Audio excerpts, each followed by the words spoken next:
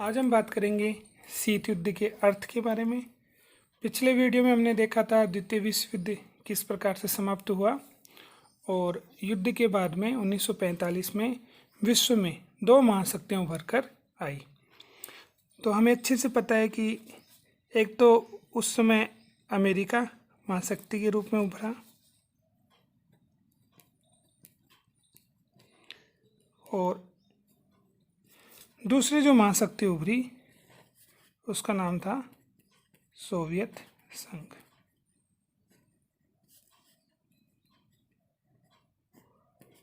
तो ऐसे दो देश उभर कर सामने आए जो अपनी शक्ति को बढ़ाने का प्रयास करने लगे और उनके मध्य में जो संघर्ष चला उसे शीत युद्ध का नाम दिया गया।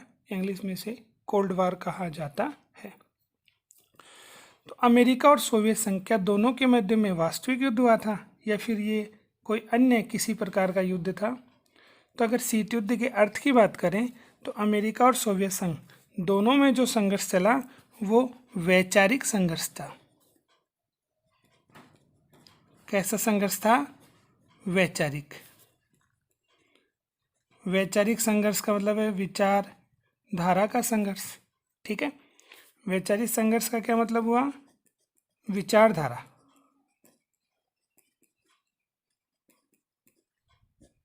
विचारधारा का संघर्ष। अब विचारधारा का संघर्ष कैसे हुआ? तो शीत युद्ध वैचारिक संघर्ष है, मतलब विचारधारा पर लड़ा जाने वाला युद्ध था। अब विचारधारा अगर हम देखें तो अमेरिका की अगर हम बात करें तो अमेरिका पूंजीवादी देश था।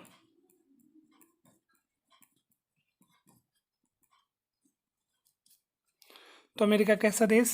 पूंजीवादी। और सोवियत संघ की अगर बात करें तो सोवियत संघ साम्यवादी। तो अमेरिका तो पूंजीवादी देश और सोवियत संघ साम्यवादी देश। दोनों की विचारधारा में काफ़ी फर्क है। पूंजीवाद साम्यवाद का बिल्कुल अपोजिट है।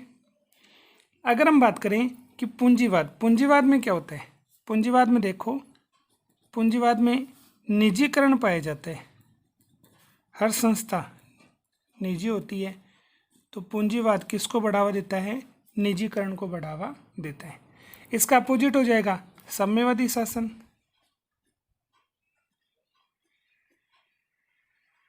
और साम्यवादी शासन की अगर हम बात करें तो थोड़ा सा फर्क है। अपने को यहाँ पर ये भी समझना है कि एक तो हम साम्यवाद लिखते हैं, एक हमने नाम पढ़ा होगा समाजवाद। दोनों में फर्क है। यहाँ पर सोवियत संघ देश तो कैसा था? साम्यवादी। लेकिन वहाँ पर विकास का जो मॉडल था वो कौन सा था? समाजवादी। तो पूंजीवाद, उसका अपोजिट जो विकास का मॉडल था वो है समाजवादी या समाजवाद। पूंजीवाद अमेरिका में था और विकास का दूसरा जो मॉडल, विश्व में दो ही मॉडल थे विकास के, एक पूंजीवादी उदारवादी और दूसरा समाजवादी। तो समाजवादी मॉडल सोवियत संघ ने अपना रखा था। और समाजवादी मॉडल में क्या होता है? समाजवादी मॉडल में यहाँ पर तो पूंजीवाद में निजीकरण पाया जाता है और यहाँ पर निजीकरण न पाया जाकर बल्कि सार्वजनिक संस्थाएं होती हैं। संस्थाएं कैसी होती हैं? तो यहाँ पर सार्वजनिक क्षेत्र को बढ़ावा दिया जाता है। यहाँ पर निजी क्षेत्र को बढ़ावा दिया जाता है और यहाँ पर सार्वजनिक क्षेत्र को बढ़ावा दिया जाता है। समझने वाली बात ये है, यहाँ पर हर संस्था निजी होती है। ठीक है, स्कूल होगा प्राइवेट होगा, हॉस्पिटल होगा प्राइवेट होगा। तो हर क्षेत्र यहाँ पर प्राइवेट मिलेगा आपको। जबकि समाजवादी जो देश होगा वहाँ पर हर क्षेत्र में आपको सरकारी संस्थाएं दिखाई देंगी, जैसे सरकारी स्कूल है, सरकारी हॉस्पिटल है, या सरकारी अन्य संस्थाएं हैं। ठीक है, तो इस प्रकार से पूंजीवादी देश तो अमेरिका था और साम्यवादी और समाजवादी देश कौन सा था? सोवियत संघ। तो एक तो पूंजीवादी देशों में निजीकरण पाया जाता है। अब आपको पता है जब निजीकरण पाया जाएगा तो प्रतिस्पर्धा बढ़ेगी, व्यक्ति लाभ कमाने के लिए अधिक से अधिक प्रयास करेगा। और यहाँ पर समाजवादी मॉडल में आपको पता है कि सार्वजनिक क्षेत्र को बढ़ावा दिया जाता है और जब सार्वजनिक क्षेत्र को बढ़ावा दिया जाता है तो किसी प्रकार का कोई प्रतिस्पर्धा या संघर्ष नहीं होता है। दोनों में थोड़ा सा हमने फर्क देखा। फिर आगे अगर हम बात करें तो अमेरिका में लोकतंत्र रहा, लोकतंत्र कायम था। अमेरिका में तो लोकतंत्र था, लेकिन अगर सोवियत संघ की बात करें तो साम्यवादी देश था, साम्यवादी पार्टी के माध्यम से शासन किया जाता था, तो यहाँ पर लोकतंत्र नहीं था।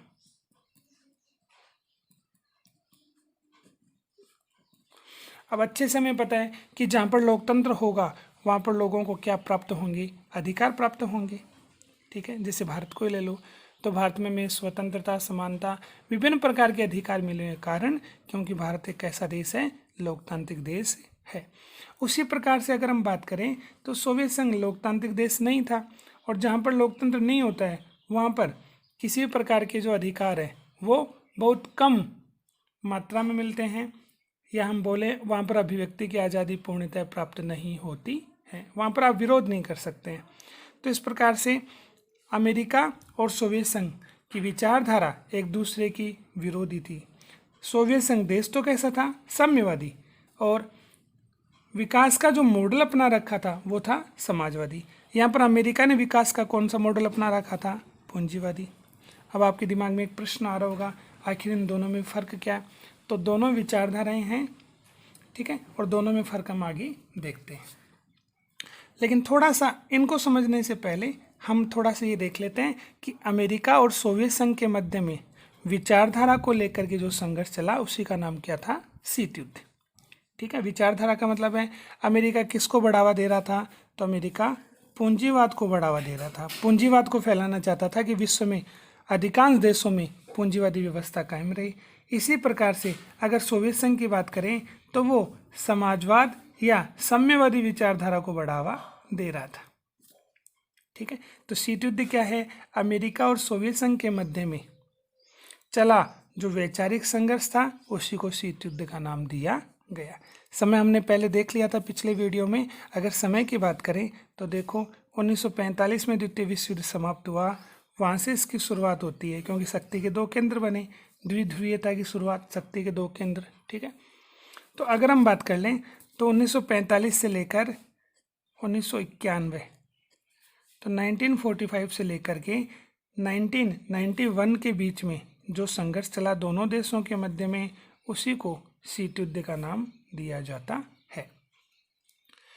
अब आगे हम बात कर लेते हैं कि साम्यवाद और समाजवाद, इन दोनों में क्या फर्क है। तो देखो, एक तरफ हम लिख लेते हैं साम्यवाद,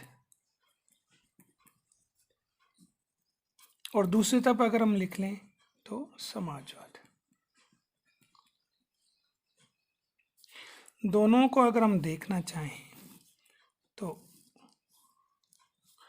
दोनों का जो उद्देश्य है वो बड़ा अच्छा उद्देश्य है। दोनों ही चाहते हैं, क्या चाहते हैं, साम्यवाद भी यही चाहता है और समाजवाद भी यही चाहता है कि किसकी स्थापना हो, तो आर्थिक समानता स्थापित हो। समाजवाद भी आर्थिक समानता की स्थापना चाहता है और साम्यवाद भी आर्थिक समानता की स्थापना चाहता है, लेकिन दोनों की विचारधारा में फर्क है। यहाँ पर साम्यवाद के माध्यम से जो आर्थिक समानता स्थापित होगी उसका तरीका थोड़ा गलत है। यहाँ पर ये हिंसा को बढ़ावा देता है कि चाहे हिंसा ही क्यों ना करनी पड़े, अगर समानता स्थापित करनी है आर्थिक क्षेत्र में तो हिंसा को भी ये जायज़ मानता है, सही मानता है, जबकि समाजवाद ऐसा तरीका नहीं मानता। इसका दूसरा तरीका है। इसका क्या तरीका है कि टैक्स के माध्यम से समानता स्थापित करने का प्रयास करता है।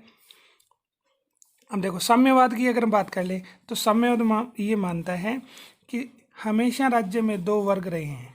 ठीक है, हमेशा राज्य में कितने वर्ग रहे हैं, दो, एक अमीर और दूसरा गरीब, एक अमीर और दूसरा गरीब। तो साम्यवाद मानता है कि अमीरों ने हमेशा गरीब लोगों का क्या किया है, शोषण किया है, इसलिए एक समय ऐसा आएगा जब सभी गरीब मिल कर के इन अमीर व्यक्तियों को क्या करेंगे, समाप्त कर देंगे। तो इसका तरीका वो मानते हैं कि क्रांति करेंगे, तो क्रांति में आपको पता है हिंसा होती है। तो इस प्रकार से ये समानता स्थापित कर देंगे, सभी अमीरों का नाश कर देंगे, और ऐसी स्थिति में सब गरीब ही गरीब व्यक्ति बचेंगे, तो समानता स्थापित हो जाएगी कौन से क्षेत्र में, आर्थिक क्षेत्र में, क्योंकि गरीब ही गरीब रहे तो वर्ग रहा ही नहीं, और जब वर्ग नहीं रहा तो आर्थिक आधार पर क्या स्थापित हो गई, समानता। दूसरे अगर हम बात करें समाजवाद, समाजवाद भी चाहता है आर्थिक समानता, लेकिन तरीका थोड़ा गलत है, तरीका थोड़ा अलग है। वो तरीका क्या है, ये भी मानता है कि समाज में दो वर्ग, ठीक है, कि समाज में दो प्रकार की स्थितियाँ होती हैं, एक संपन्न वर्ग, दूसरा विपन्न वर्ग। तो एक पैसे वाले व्यक्ति हैं और दूसरे कमज़ोर हैं, गरीब हैं। तो अब हो क्या कि ये पैसे वाले जो व्यक्ति हैं उनकी जो अधिक संपत्ति है उस पर क्या लगे, टैक्स लगे, और उस टैक्स से मिलने वाला जो पैसा है वो सरकार इन गरीब व्यक्तियों की स्थिति को सुधारने में लगाए। उससे क्या होगा, इन दोनों के मध्य में जो दूरी है वो दूरी धीरे धीरे धीरे धीरे क्या हो जाएगी, कम हो जाएगी। क्योंकि कोई भी देश है, चाहे आप अमेरिका को ले लो, किसी भी देश को ले लो, आर्थिक आधार पर पूरी तरह से समानता स्थापित नहीं हो सकती है। हाँ, ये थोड़ा इसको कम किया जा सकता है कि गरीब, अमीर और गरीब के मध्य में जो दूरी है उसको थोड़ा कम किया जा सकता है, लेकिन पूरी तरह से उसको समाप्त नहीं किया जा सकता है। तो इस प्रकार से अगर हम देखें तो साम्यवाद और समाजवाद दोनों का उद्देश्य एक ही है, लेकिन तरीका थोड़ा अलग है। तो सोवियत संघ कैसा देश था, सोवियत संघ साम्यवादी देश था, लेकिन विकास के दो मॉडल थे, एक पूंजीवादी, दूसरा समाजवादी। तो पूंजीवाद और समाजवाद, तो इस प्रकार से सोवियत संघ ने अपने विकास के लिए समाजवादी मॉडल को अपना रखा था और देश कैसा था, साम्यवादी। तो दोनों का अर्थ हमने देख लिया है कि शीत युद्ध क्या है, कि अमेरिका और सोवियत संघ के मध्य में चला जो वैचारिक संघर्ष था, ठीक है, उसी को शीत युद्ध का नाम दिया गया। समय की बात करें तो 1945 से लेकर के 1991, ये हमने देख लिया कि शीत युद्ध क्या रहा, क्या इसका समय रहा। आगे हम बात कर लेते हैं कि शीत युद्ध में किस प्रकार से दोनों ने अपनी शक्ति को बढ़ाने का प्रयास किया। इसमें अगर हम देखें तो आपने कई नाम सुने होंगे, जैसे ट्रूमैन सिद्धांत है, मार्शल योजना है। तो ये सभी चीज़ें क्यों चलाई गई, आखिर क्या देखने को मिलता है। तो अगर हम मानचित्र की बात करें तो यहाँ पर हम रफली बना लेते हैं, ठीक है, कि अगर हम बात कर लें अमेरिका की, मान लो जैसे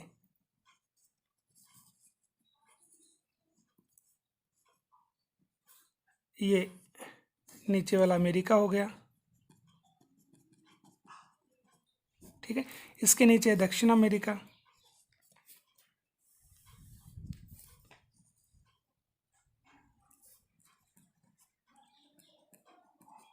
तो दोनों को देखने के बाद में फिर हम बात करें, फिर अफ्रीका महाद्वीप की बात कर लेते हैं,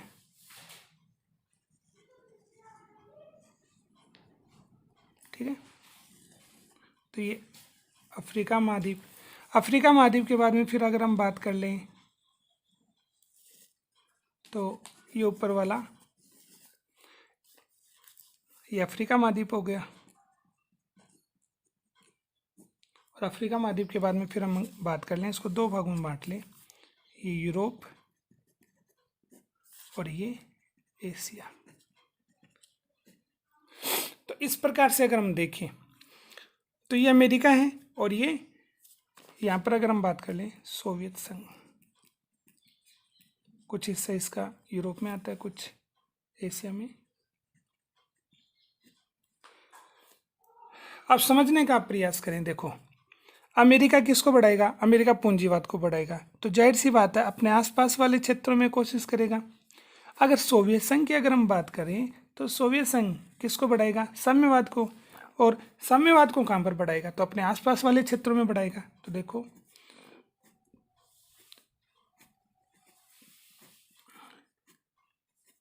यूरोप महाद्वीप की हमने अच्छे से बात की थी कि द्वितीय विश्व युद्ध में क्या हुआ, यूरोप के जो देश सम्मिलित हुए थे उनमें अधिकांश देशों की स्थिति आर्थिक रूप से कमज़ोर हो गई, क्योंकि आपको पता है जन और धन की हानि होती है, आर्थिक रूप से बहुत ज़्यादा नुकसान उठाना पड़ता है देशों को। तो यूरोप के जो देश थे वो आर्थिक दृष्टि से कमज़ोर हो गए थे। जब कमज़ोर हो गए थे तो अमेरिका को डर लगने लगा कि इन यूरोपीय देशों में कहीं साम्यवाद न फैले, तो इन देशों को सुरक्षित रखा जाए। तो आप देखो अगर यूरोप को अगर हम दो भागों में बांट लें, तो ये जो यूरोप है इसको अगर दो हिस्सों में अगर हम बांट लें तो ये तो हो गया पूर्वी यूरोप, और ये यूरोप कौन सा हो गया, पश्चिमी। तो यूरोप को दो भागों में हमने बांटा। पूर्वी यूरोप पर ज़्यादा प्रभाव किसका रहेगा? सोवियत संघ का। ठीक है, तो अगर सोवियत संघ अपनी शक्ति को बढ़ाएगा, शक्ति का विस्तार करेगा, अपनी विचारधारा को बढ़ाएगा, तो सबसे पहले विचारधारा को कहाँ पर बढ़ाएगा? पूर्वी यूरोप पर। उसके बाद में कहाँ पर बढ़ाएगा? पश्चिमी यूरोप पर।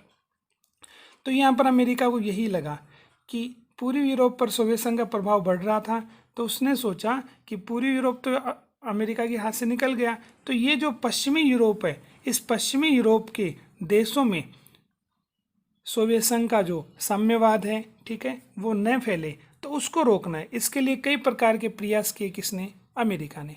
कौन कौन से प्रयास किए और उसमें उन्होंने क्या किया? तो देखो, आपने कई नाम पढ़े होंगे। आपने एक नाम पढ़ा होगा, ट्रूमैन सिद्धांत।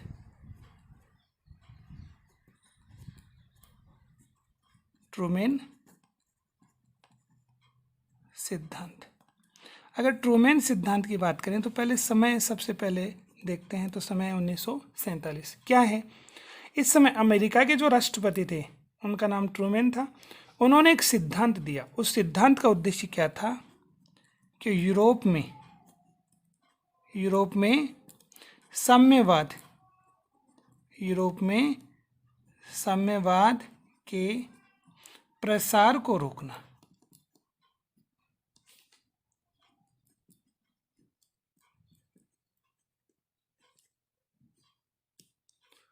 तो यूरोप में साम्यवाद के प्रसार को रोकना, ये उद्देश्य अमेरिका के राष्ट्रपति का था। और उन्होंने जो सिद्धांत दिया उसी को ट्रूमैन सिद्धांत के नाम से जाना जाता है। सन 1947।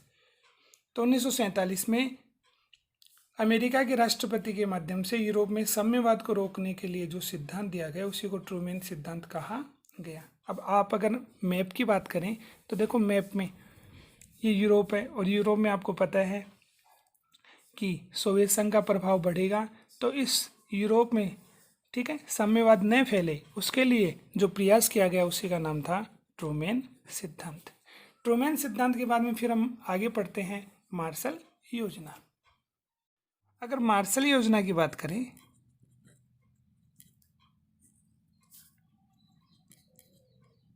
तो मार्शल योजना का समय वैसे किताबों में अलग अलग मिलता है, ठीक है। तो ये भी 1947 की है, मुख्य रूप से 23 अप्रैल 1947 में ये शुरू हुई थी, 51-52 तक ये चलती है। तो मार्शल योजना क्या थी? तो देखो, अगर हम बात कर लें किसकी? अमेरिका की, तो अमेरिका देखो चाहता था कि पूर्वी यूरोप में किसकी शक्ति का विस्तार हो रहा था? सोवियत संघ की शक्ति का विस्तार हो रहा था। अब पश्चिमी यूरोप के देशों में ऐसा न हो, तो अमेरिका के द्वारा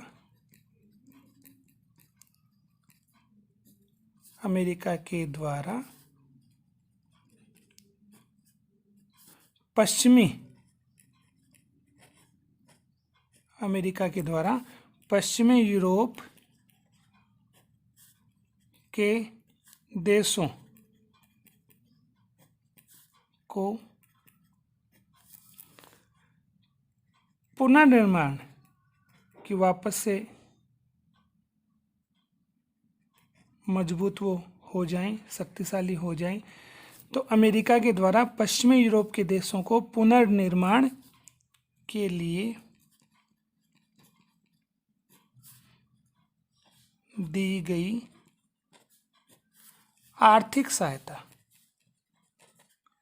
कौन सी सहायता दी? आर्थिक सहायता। इसी को मार्शल प्लान या मार्शल योजना के नाम से जाना जाता है। वापस से अगर हम देखें तो अमेरिका क्या चाहता था कि यूरोप में पश्चिमी जो क्षेत्र है, पश्चिमी यूरोप के जो देश हैं, उनमें साम्यवाद नहीं फैले। तो साम्यवाद को रोकने के लिए उन्होंने क्या किया? इन देशों की जो आर्थिक स्थिति थी वो बड़ी कमज़ोर हो गई थी, तो वो शक्तिशाली बने वापस से। इसके लिए उन्होंने कौन सी सहायता दी? आर्थिक सहायता दी, ठीक है, ताकि वो अपना पुनर्निर्माण कर सके, मजबूत बन सके। तो इसी को मार्शल योजना या मार्शल प्लान कहा जाता है। उसके बाद में अगर हम एक चीज़ की और बात कर लें तो वो है बर्लिन की घेराबंदी। बर्लिन की घेराबंदी। अगर बर्लिन की घेराबंदी की बात करें तो समय था 1948। अब क्या हुआ, इसको पढ़ने से पहले थोड़ा सा हम देख लेते हैं। हम मान लेते हैं कि ये जर्मनी है। कौन सा देश है? जर्मनी। और जर्मनी की बात करें तो जर्मनी द्वितीय विश्व युद्ध में हार चुका था, और जर्मनी को हारने के बाद में इस जर्मनी के क्षेत्रों का विभाजन कुछ इस प्रकार से किया गया कि देखो, मित्र राष्ट्रों में 4 मुख्य शक्तिशाली देश, जिनमें अगर हम बात कर लें तो जर्मनी को 2 हिस्सों में बांट लें। इस जर्मनी को हम बोल दें पूर्वी जर्मनी, और इस जर्मनी को हम बोल दें पश्चिमी जर्मनी।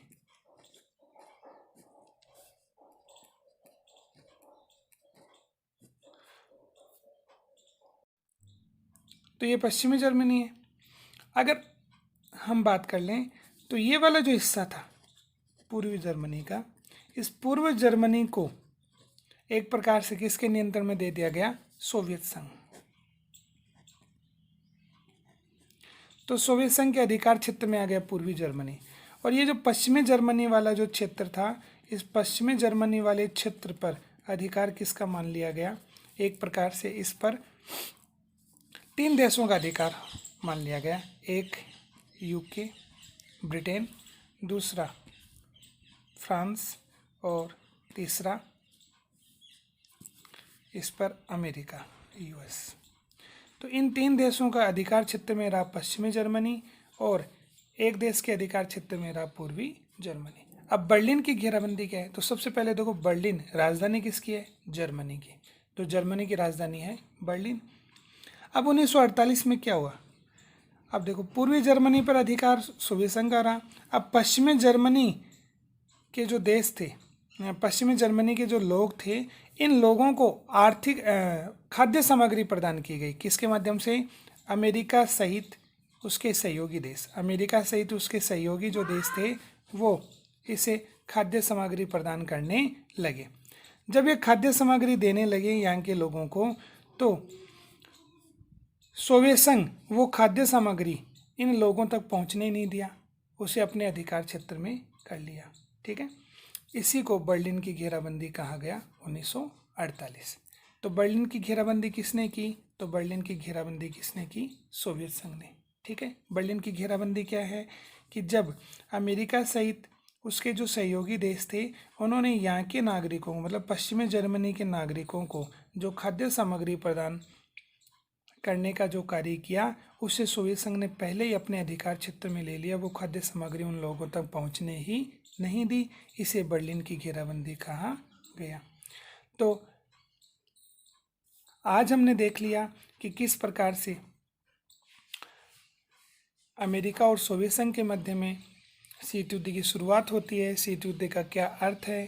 ठीक है, उसके बाद में हमने देखा कि साम्यवाद को रोकने के लिए, ठीक है, उन्होंने क्या प्रयास किया। जो ट्रूमैन सिद्धांत था, मार्शल योजना है या मार्शल प्लान है, बर्लिन की घेराबंदी आखिर क्या है।